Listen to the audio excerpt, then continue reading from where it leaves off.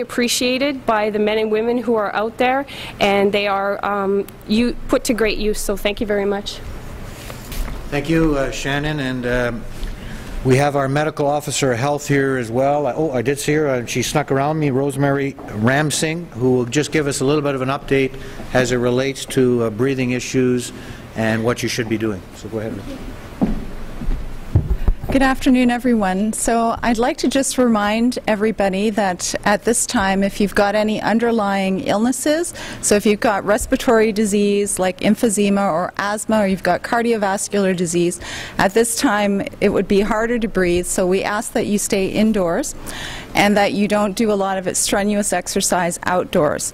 We also ask that people keep their windows closed and that they run their air conditioner if they're going to be traveling for a long time in the car, keeping it on the recirc function. There are a few other groups that tend to be at higher risk during this time as well. So pregnant women, young children, and older adults, so people over 65, their lung capacity tends to be reduced in comparison to a healthy adult. So for those people, we ask that they also take similar precautions, staying indoors, not exercising outside, and trying to minimize their exposure as much as possible to smoke.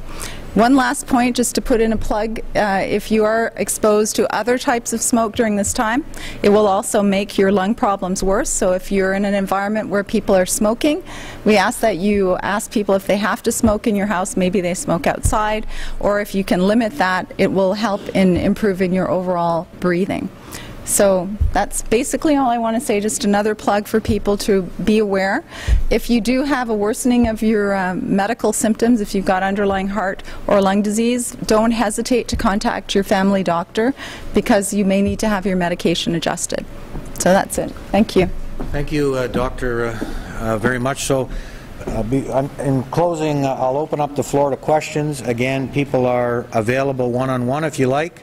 But I will open up the questions, and I'll try to direct them if I can. Yes, Mr. Gillis.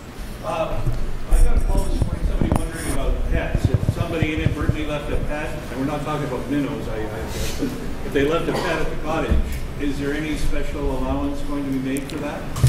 I know this morning we had an individual who had left a couple of dogs and some medical pills out at a cottage, and we made special arrangements through the OPP, but we can do that with the Timmins police as well to be able to escort them in to be able to get that, as well as I know the Humane Society has been working with the city, and they're working on setting up something as well in a case that we have you know, pets that need to be kept somewhere or whatever. Okay? Brent. You said that there's a full water ban in effect across the city.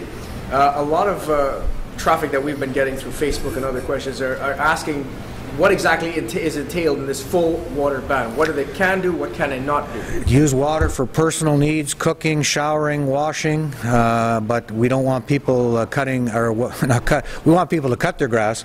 We just don't want them to water it. You know, washing cars, excess use of water, we want to preserve that for fire protection if need be. Any other questions?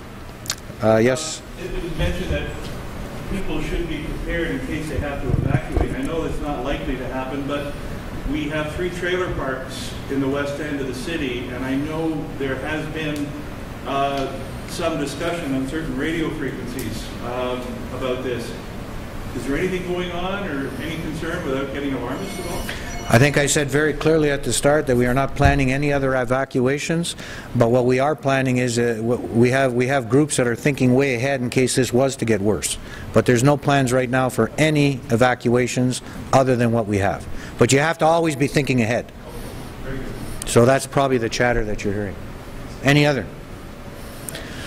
Okay, seeing none, then in closing, I just want to thank everybody that has participated from a firefighting perspective, from a safety perspective, from a media perspective, from our guests who are in our community that are helping to support us. Again, I want everybody to stay vigilant, and we will definitely work through this situation over the next few days for sure. So thank you very much.